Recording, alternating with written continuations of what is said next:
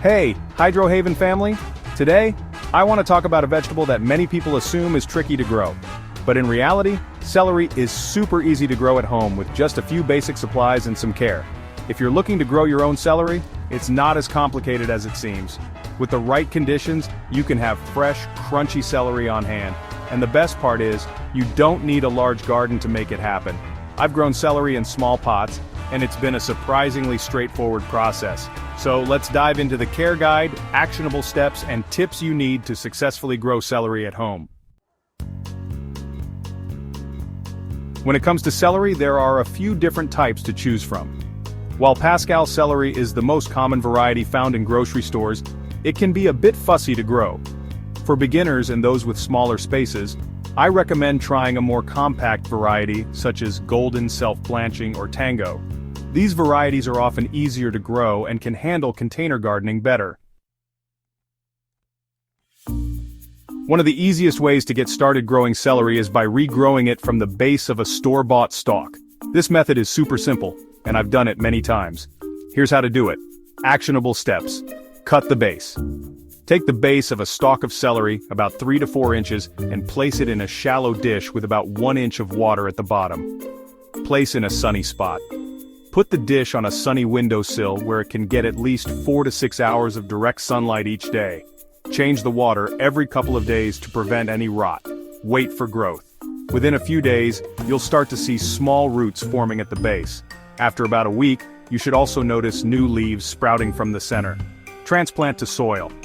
Once the roots are about 2 to 3 inches long and the new leaves are growing strong, it's time to transplant your celery into a pot with well-draining soil. Be sure to plant the celery base deep enough so that the leaves are above the soil line. Regrowing celery is a great way to start the process, but be aware that it might not give you a full, large stalk like those from seed or starter plants. It's a fun and quick way to begin, though. For a more reliable harvest of full stalks, you'll want to grow celery from seeds or starter plants. Starting from seeds takes longer, but it's a more rewarding process. Here's how to go about it. Actionable steps. Start seeds indoors. Celery seeds are tiny, so I recommend starting them indoors about 10 to 12 weeks before your last expected frost date. You can use small seed trays or containers. Plant the seeds a 1/4 inch deep and keep them moist. Since celery seeds need light to germinate, don't cover them with soil, just lightly press them into the surface. Provide warmth and light. Celery is a cool season crop, but needs warmth to germinate. Keep the soil at about 65 to 70 degrees Fahrenheit. If you're growing indoors, make sure the seedlings get at least 12 hours of artificial grow lights per day. You can also use a sunny windowsill, but it needs to get plenty of light. Thin the seedlings. Once your seedlings have sprouted and grown a couple of inches tall, thin them out so that they're spaced about 3 inches apart. This allows them to grow strong without overcrowding. Transplant to pots. Once your seedlings have grown strong and you're past the danger of frost, it's time to transplant them into larger pots or directly into your garden. If you're growing in containers, I recommend using pots that are at least 12 to 14 inches deep. Tip: if you're not sure about starting seeds, you can always purchase celery starter plants from your local nursery or garden center to skip the germination process. Celery is pretty particular when it comes to soil. It likes rich, fertile soil that retains moisture well but doesn't stay soggy. I like to use a well-draining potting mix that contains peat moss and perlite for good aeration. To make it even better, mix in some compost or organic fertilizer to ensure your celery has all the nutrients it needs.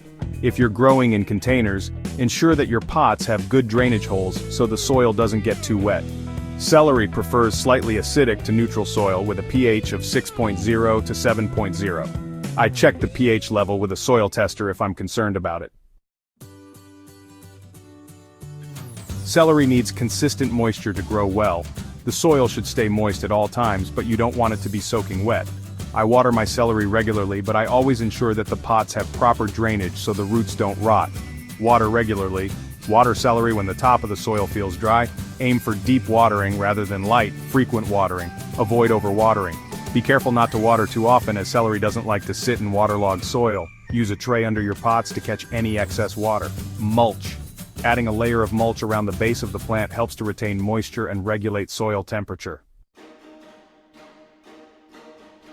Celery thrives in full sun but can tolerate a little afternoon shade, especially during the hotter summer months.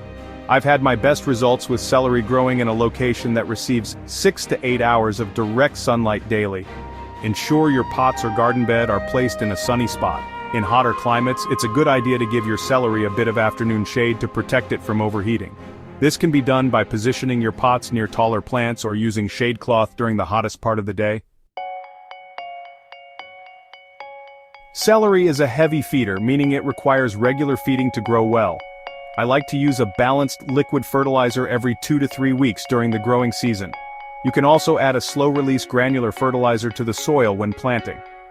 Use a balanced fertilizer, such as 10-10-10, to ensure that your celery gets all the nutrients it needs.